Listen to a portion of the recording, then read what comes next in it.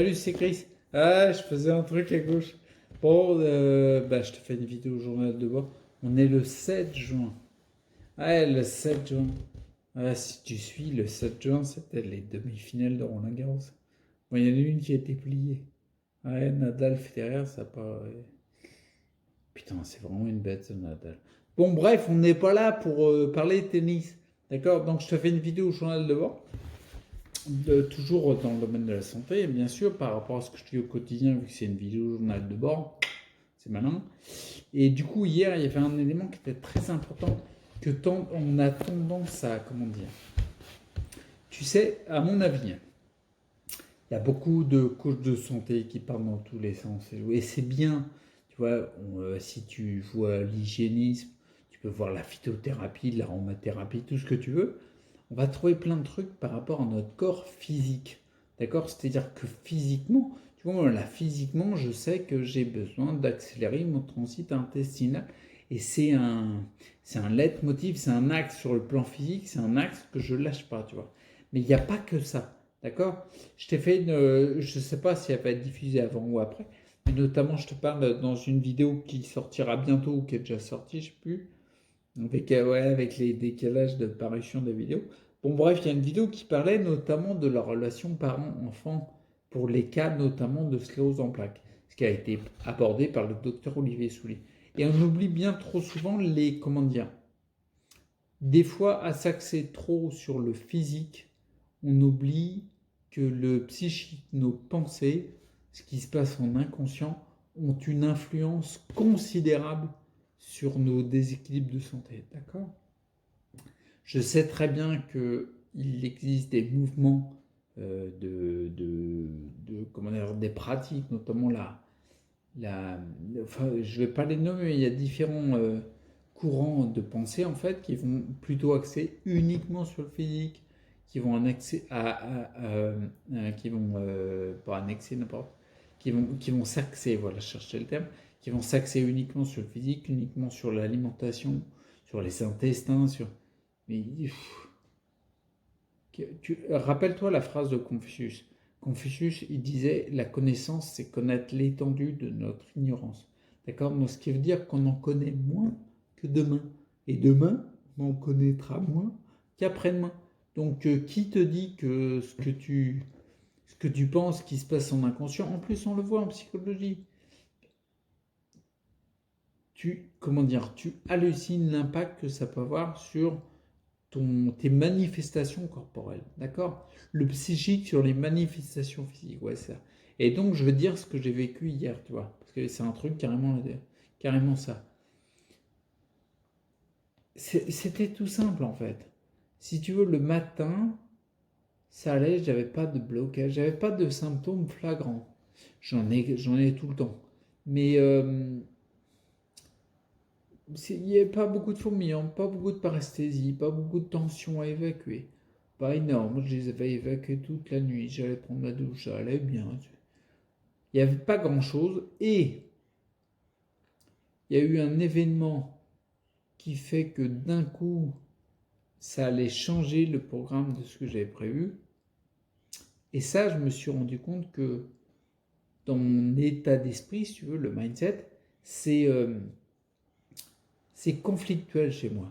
Il n'y a pas de jugement à dire bah, l'autre il est trop con parce que dès qu'il y a un changement extérieur, il ne sait plus quoi faire et tout. On s'en fout que ça vienne de la génétique, du passé ou pas. Là, c'est juste faire un état de fait d'aujourd'hui, ce qui se passe.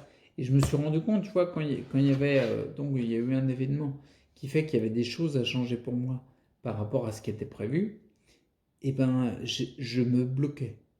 J'étais bloqué. J'arrivais pas à. C'est con, hein, tu vois, c'est même. Ah, carrément, ouais, je me dis, c'est couillon, quoi. Mais bon, c'est comme il n'y a pas de jugement. Pas de jugement. Mais du coup, je me dis, mais putain, mais. Tu sais, ça me bloquait. J'arrivais pas à mettre en mouvement, quoi. Je me sclérosais, en fait. Clairement, je me sclérosais. C'est pas l'unique truc. S'il y a quelqu'un qui entend ça et qui se dit, ah oui, tiens, bah, en fin de compte, les mecs, ceux qui ont la sclérose en plaques, quelque part, c'est de leur faute. Qu'il a bien se faire foutre parce que c'est pas ça du tout. Tu vois, il y a plein d'éléments à prendre en compte. Il y a d'autres axes à prendre en compte. Mais ça, je sais que c'est un axe important. Et je m'en suis rendu compte concrètement. Je me bloquais par rapport à l'événement qui est arrivé et qui changeait les plans que j'avais prévus, tu vois. Mais je le sentais concrètement dans le corps. C'est-à-dire, je sentais les tensions au niveau du dos, de la nuque, des épaules qui augmentaient. Et même les sensations de perdre tu sais, je t'avais déjà parlé de l'annulaire et l'auriculaire, qui des fois, pendant la nuit, tu as la sensation que ils sont pas là, tu vois. Ben, je peux avoir de temps en temps cette sensation-là sur la partie gauche, beaucoup sur la jambe, un peu moins sur le bras gauche, mais quand même présent. Et ben ce truc-là, moins je prenais de décisions, moins j'avais de mise en mouvement, plus je me sclérosais, je me bloquais. Et je le sentais de plus en plus. C'est-à-dire, je sentais ma jambe, la sensation que je te dis, quoi. Très désagréable, très difficile à expliquer, mais je sentais en fait une partie de mes symptômes qui s'accentuaient. Et c'est un élément important, mais carrément, hyper important. J'ai senti exactement les mêmes symptômes qui augmentaient, autant que je peux sentir les mêmes symptômes lorsqu'il y a une présence d'ondes, de champs électromagnétiques. Par exemple, tu vois, ça c'est juste du constat. En fait, je constate ce que j'ai comme symptômes, ce qu'il peut y avoir comme lien avec ce qui se passe dans les minutes qui ont précédé, d'accord?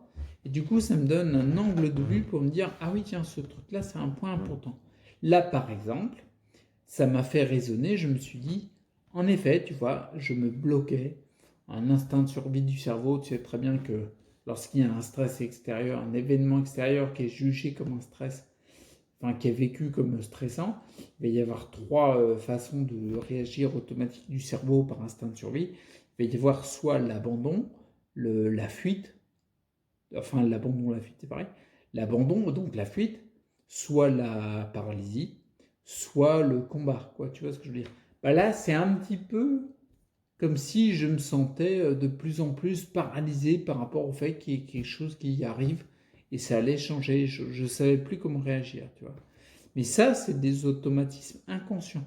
Par contre, je pense que c'est très très bon de consciemment les noter, avoir une petite lanterne qui dit ah tiens là j'ai plus de symptômes, pourquoi?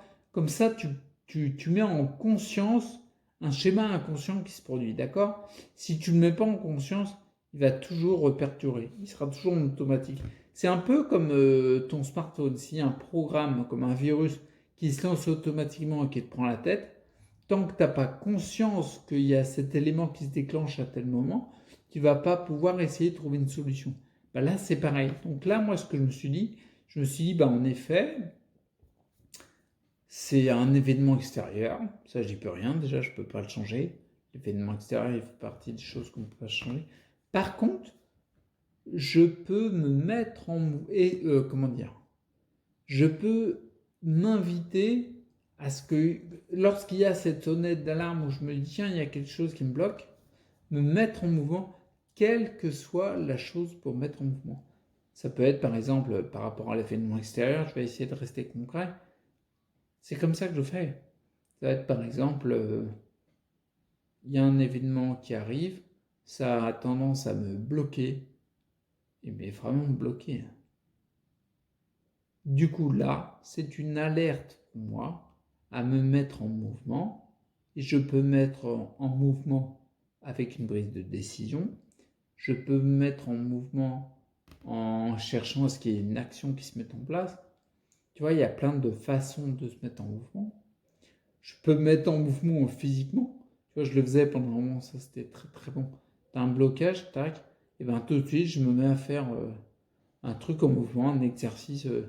En général, je prends les roues de mon fauteuil, puis je fais ce qu'on appelle des dips, tu vois, où je travaille le grand dorsal. Bon, bref, c'est un truc musculaire, tu vois. Tu vas me dire, ouais, mais c'est un toc. Ouais, mais tu vois, c'est pour contrer l'habitude inconsciente. D'accord?